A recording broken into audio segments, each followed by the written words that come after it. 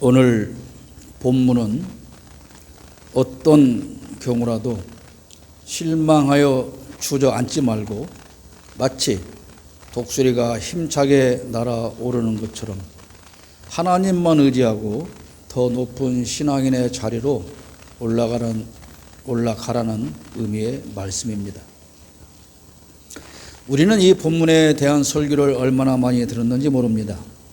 이 설교의 주인공은 대개가 독수리입니다.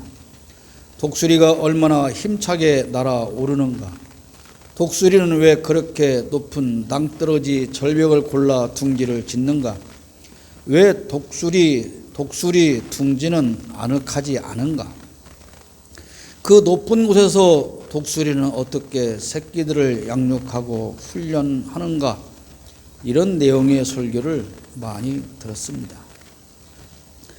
이스라엘은 하나님께 범죄한 대가로 바빌론에 끌려가 70년을 포로로 살았습니다. 강제로 고향에서 끌려나간 그들의 삶은 고통스러웠고 나날이 슬픔과 한숨으로 이어졌습니다. 하나님의 말씀대로 살지 않은 그들의 나라, 하나님이 주셨던 그 이스라엘 땅에서는 주인이 사라졌고 대신 승냥이와 이리떼 등 짐승들의 울음소리만 가득했습니다. 그들에게 풍요로움을 안겨주었던 비옥한 땅은 황무지가 되었고 밭에는 잡초만 가득했습니다. 고향을 잃고 농지를 잃고 끌려와서 노예로 사는 이스라엘의 희망은 없었습니다. 과연 살아서 고향에 돌아가 농사를 지을 수 있을지, 예루살렘 성전에서 하나님께 제사할 그런 날은 올 것인지 하는 기대와 희망과 믿음도 그들에게서는 다 사라졌습니다. 그런 실망감으로 주저앉아 있는 그들에게 위로하고 격려하며 희망을 품게 하는 말씀이 오늘 이사야 40장의 말씀입니다. 그 중에서 11절 말씀을 보면, 그런 목자같이 양떼를 먹이시며 어린 양을 그 팔로 모아 품에 안으시며 젖먹이는 암컷들을 온순히 인도하시리로다, 그렇게 말씀하고 있습니다. 사람들의 범죄 중 가장 큰 죄는 무엇이라고 생각하십니까? 이 물음에 대한 신앙인의 답은 이렇습니다. 대부분 기독교인들은 그렇게 말합니다. 죄 중에 가장 큰 죄는 하나님을 믿지 않는 것입니다. 그렇습니다. 하나님께 범하는 죄 중에 가장 큰 죄는 하나님을 믿지 않는 것이 맞습니다. 그럼 하나님을 믿지 않는다는 것은 무엇을 말하는 것입니까? 교회 안 다니는 것을 말하는 것일까요? 맞습니다. 하나님을 믿으면 당연히 교회에 다니겠지요. 하나님을 믿지 않는 증거는 어떻게 나타나는 것일까요? 우상 숭배하는 것일까요? 맞습니다. 하나님을 믿는다면 당연히 우상 숭배는 하지 않을 것입니다. 그러나 이러한 답만 가지고 100% 맞는 정답이라고 할 수는 없습니다. 하나님을 믿지 않는 죄, 즉 불신앙의 죄는 실망하는 것입니다. 실망하여 주저앉아서 낙심하고 포기하고 아무것도 안 하는 것, 그것이 바로 하나님을 믿지 않는 죄입니다. 어려움을 당했을 때, 스스로 힘으로 해결할 능력이 없을 때, 할 수 없다고 포기하고 주저앉는다면 그 사람은 기독교 신앙인이라고 말할 수 없습니다. 흔히 기독교인과 목사들은 자살하는 것이 하나님께 죄를 짓는 것이고 그 사람은 구원받지 못하고 지옥에 간다고 말합니다. 물론 지옥에 가는지 그건 우리가 알 수 없습니다. 그래서 이렇게 자살한 사람의 장례식 집례도 하지 않는 목사들이 있고 자살한 사람들의 장례식장에는 가지 않는 기독교인들도 있습니다. 자살하는 것이 죄인지, 그러면 왜 그게 죄인지, 왜 그렇게 말하는지 저는 잘 모르겠습니다. 성경에 그런 내용이 있는지 그것도 저는 잘 모르겠습니다. 죄다 아니다, 그것을 우리가 판단할 수 없다는 말입니다. 그러나 자살을 택하는 그 사람은 아무리 오랫동안 교회를 다녔어도 사실 하나님을 믿지 않는 사람인 것은 분명합니다. 전능하신 하나님을 아버지로 믿는다면 그 아버지께서 해결하지 못할 일이 없는 것 아닙니까? 그런데 한 가닥의 희망도 품지 못하기에, 하나님께서 해결해 주실 것이라고 하는 믿음이 없기에, 결국은 하나님을 믿지 않는 것이기에 자살이라고 하는 극단적인 방법을 선택하는 것이고, 그런 의미에서 자살하는 것이 죄라고 한다면 저는 거기에는 동의합니다. 오늘 읽은 본문에서 하나님은 오직 여호와를 앙망하는 자는 새 힘을 얻어 독수리가 날개치고 올라감 같을 것이라고 31절에 말씀하고 있습니다. 오직 여호와를 앙망하는 자는 새 힘을 얻으리니 독수리가 날개치며 올라감 같을 것이.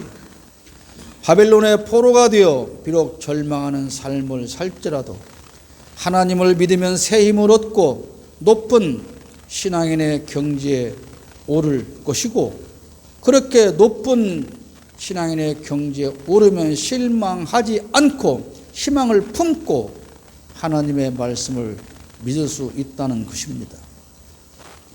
저는 오늘 읽어드린 이 본문에서 오직 한 단어, 오른다, 이 말씀에 주목하려고 합니다. 며칠 전 어느 잡지에 인생은 등산이다 라고 하는 칼럼을 썼습니다. 아무리 높은 산이라도 처음 시작할 때는 힘들지 않습니다. 그러나 점점 높이 올라갈수록 숨은 가쁘고 몸은 무겁고 다리에서 힘은 빠집니다.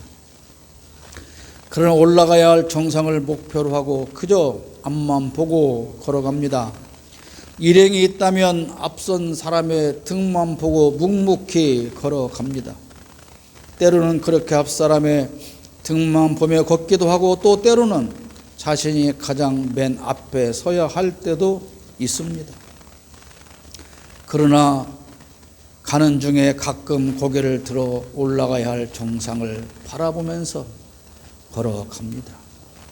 빨리 걷든 천천히 걷든 아무튼 포기하지 말고 걸어야 결국 정상에 도착할 수 있습니다.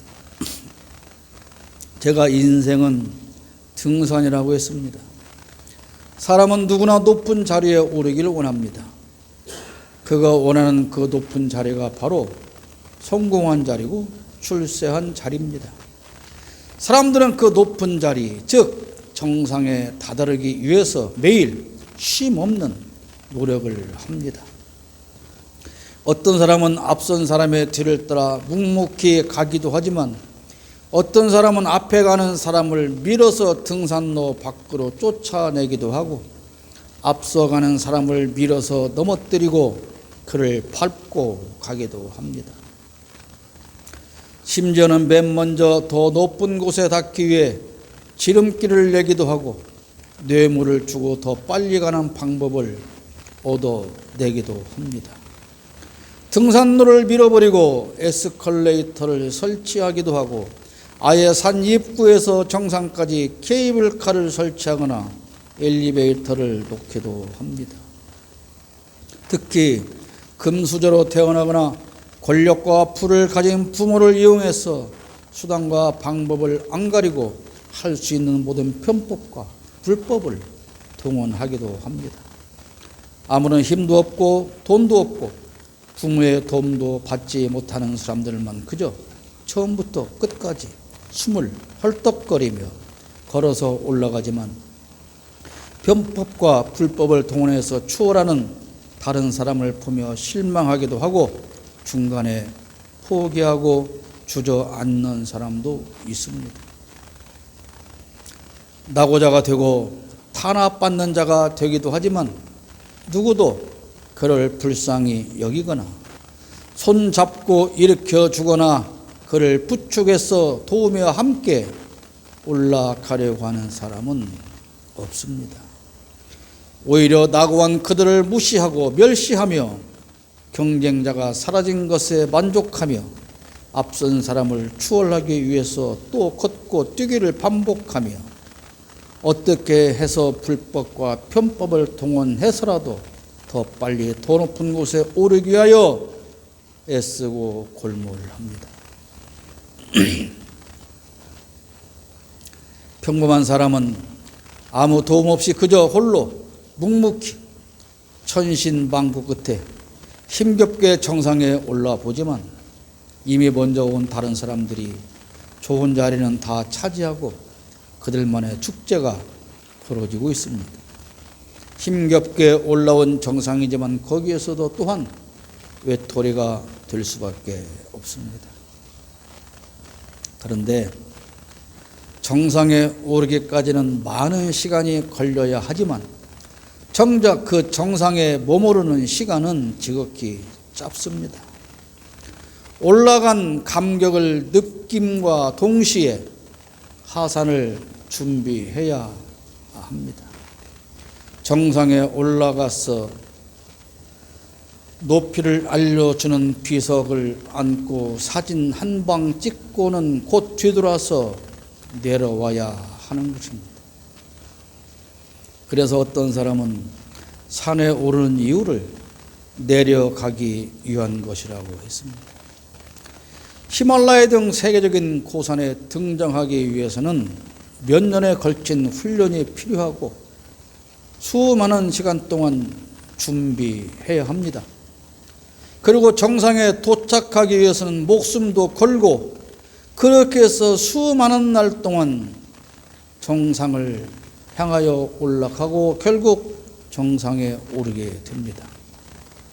그러나 그렇게 천신만고 끝에 올라간 그 정상에 도착해서 깃발 꽂고 만세 한번 부르고 나면 즉시 돌아서서 내려와야 합니다.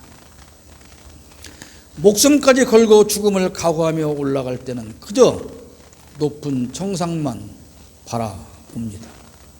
그러나 정상에 오르면 아래를 봅니다. 내가 얼마큼 높이 올라왔는지 아래를 봅니다. 정상에서 계속 살기 위해서 산에 올라가는 사람은 없습니다. 그렇게 죽을 둥 살둥 그 높은 7,000m, 8,000m 고산 정상에 올랐으나 이렇게 힘들게 올라왔으니 내가 이제 여기서 살아야 되겠다라고 생각하는 사람은 없습니다. 계속 그곳에 머무른다면 결국 살지 못하고 금방 죽습니다. 높은 산에 오르기 전에 산 아래에서는 낮은 곳이 보이지 않습니다. 그러나 높이 올라갈수록 더 넓은 아래 세상을 볼 수 있습니다. 높은 곳에 올랐다면 이제는 아래를 보아야 합니다. 높은 곳 정상에 올랐다면 그때부터는 아래를 내려다 보아야 합니다. 이것이 오늘 제가 드리고 싶은 말씀입니다. 오직 출세를 위해서, 성공을 위해서 올라간 높은 자리에 섰다면 그 아래에서 살아가는 사람들을 보아야 한다는 말씀입니다.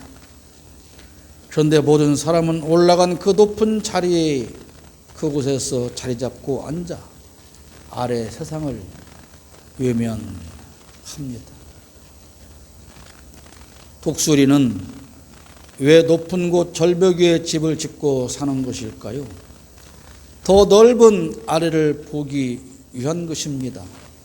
높이 올라갈수록 더 넓은 아래를 볼 수 있고 그래야 더 많은 먹잇감을 찾을 수 있기 때문에 독수리는 높이 둥지를 짓고 높은 곳에서 날아다니는 것입니다.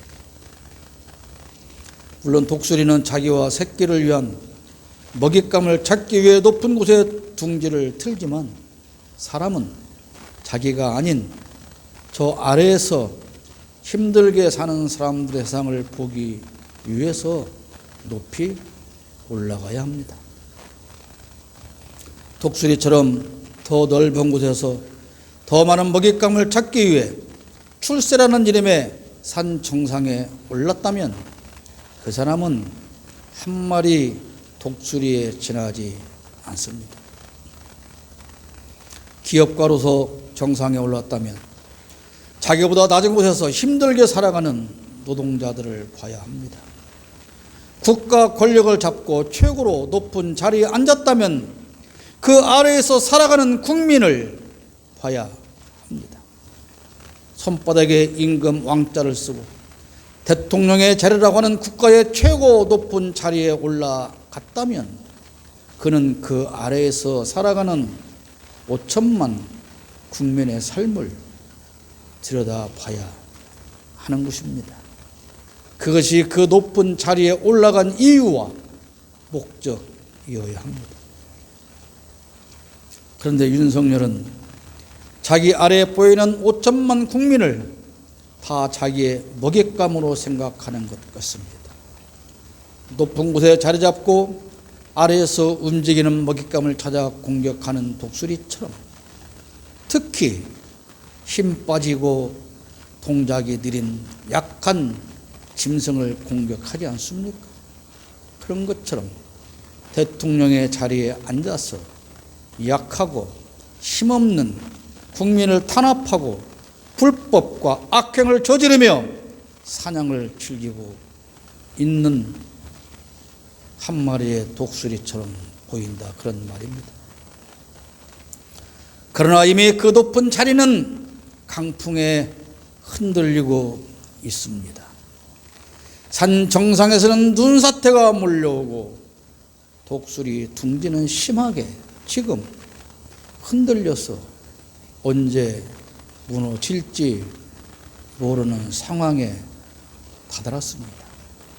정상은 언제까지나 머무를 수 있는 그런 안전한 곳이 아닙니다. 신앙인이라면 역시 독수리처럼 날개치고 힘차게 올라 높은 경지에 신앙인이 되어야 합니다. 믿음의 낮은 자리에서 늘 낙심하고 포기하고 앉아있으면 안 됩니다. 수십 년 동안 교회 다니며 예배 참석하며 기도하며 열심히 예수 믿는다면서 살아왔는데 아직도 저 높은 산을 향하여 한 발짝도 내딛지 못하고 맨 낮은 자리에 앉아서 실망하고 포기하고 나는 저 산을 향하여 올라갈 수 없다고 주저앉아 있다면 이제 일어나서 벌떡 일어나서 신발끈을 조이고 저 높은 믿음의 정상을 향해서 걸어가기 시작해야 한다, 그런 말입니다. 신앙의 높은 자리로 올라갈 힘은 어디서 나옵니까? 여호와에게서 나온다. 오늘 본문은 말씀하고 있습니다. 우리가 저 높은 곳 믿음의 정상을 향해서 걸어갈 힘은 내가 비축하는 것이 아니고 여호와에게서 나오는데 그 힘을 얻기 위해서는 어떻게 해야 됩니까? 여호와를 앙망해야 한다고 오늘 본문에 말씀하고 있지 않습니까? 앙망한다는 것은 높이 우러러 보며 바라는 것입니다. 우리가 신앙생활을 한다고 할 때 바로 그 앙자가 우러러 볼 앙자입니다. 우리는 전능하신 창조주 하나님을 우러러 보며 그 하나님에게서 높은 믿음의 산에 올라갈 힘을 원하고 바라야 합니다. 그것을 믿고 기도하며 주님의 뜻대로 살기를 다짐하고 실천한 것을 우리는 신앙생활이다, 그렇게 말합니다. 내 힘으로 믿음의 높은 정상을 향해 올라갈 수는 없습니다. 하나님께서 함께 하시고 힘을 주실 때만 가능한 일이고, 그 힘을 얻기 위해서 우리가 할 일은 여호와를 앙망하는 것입니다. 신앙인이라면 여호와를 앙망하고 새 힘을 얻어 믿음의 높은 자리에 올라가야 합니다. 그런데 그렇다면 왜 믿음의 높은 경지로 올라가야 한다는 것입니까? 더 큰 믿음을 가져야, 더 위대한 신앙인이 되어야, 더 많은 복을 받아서 더 잘 살게 되기 때문일까요? 내 믿음이 더 커져야, 내가 더 신앙의 높은 경지로 올라가야 우리 가족이 무병장수하고 만사형통할 수 있기 때문일까요? 독수리처럼 저 높은 곳에 올라가야 내가 챙기고 먹을 것이 더 많이 보이기 때문일까요? 여러분, 신앙의 본질은 무엇입니까? 신앙의 본질은, 죄송하지만 열심히 기도하고 열심히 말씀 읽고 열심히 전도하는 것이 기독교 신앙의 본질은 아닙니다. 그것은 기독교 신앙의 특징입니다. 기독교인은 열심히 기도하고 말씀 읽고 전도하더라, 그렇게 특징적으로 밖으로 보일 수 있는 특징일 뿐이지, 그것이 기독교 신앙의 본질은 아닙니다. 그러면 기독교 신앙의 본질은 무엇입니까? 십자가입니다. 십자가. 십자가는 뭡니까? 간단하지 않습니까? 이웃을 내 몸처럼 사랑하는 것, 그리고 불의에 항거하고 투쟁하는 것, 불의를 꾸짖는 것, 이것이 기독교 신앙의 본질입니다, 여러분. 이웃을 내 몸처럼 사랑하기 어떻게 해야 됩니까? 그 본질을 위해서 높이 올라가서 아래에 있는 우리의 이웃을 찾아야 하지 않겠습니까? 우리는 가끔 기독교 신앙의 특징을 본질로 오해하는 경우가 많습니다. 그래서 그렇게 기도 않고 천국 가겠냐, 그렇게 전도 않고 복 받겠냐, 그렇게 말하지요. 다시 강조하거니와 여러분, 기독교의 본질은 이웃 사랑입니다. 그러므로 높은 신앙의 경지에 올라서 우리가 할 일은 아래를 보며 아래에 있는 저들을 살피고 저들이 있는 곳으로 속히 내려와서 그들과 함께 해야 하는 것입니다. 왜 올라갑니까? 아래를 보기 위해서 올라가는 것입니다. 올라가야 아래가 보이기 때문입니다.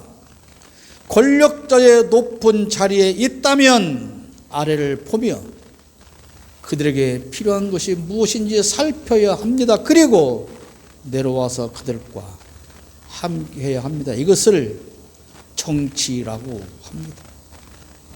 신앙의 높은 자리에 올랐다면 아래에서 아파하는 이웃을 살피고 달려 내려와서 그들을 위로하고 싸매고 눈물을 닦아줘야 합니다. 이것을 신앙인의 삶이라고 합니다.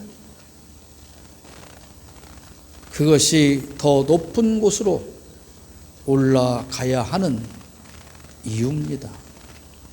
높이 올라가야 하는 이유는 오직 아래를 보기 위해서입니다. 아래를 보고 살피기 위해서 우리는 믿음의 높은 경지로 올라가야 하는 것입니다. 명절 행복한 밥상 앞에서 세월호 유가족이, 이태원 희생자 유가족이,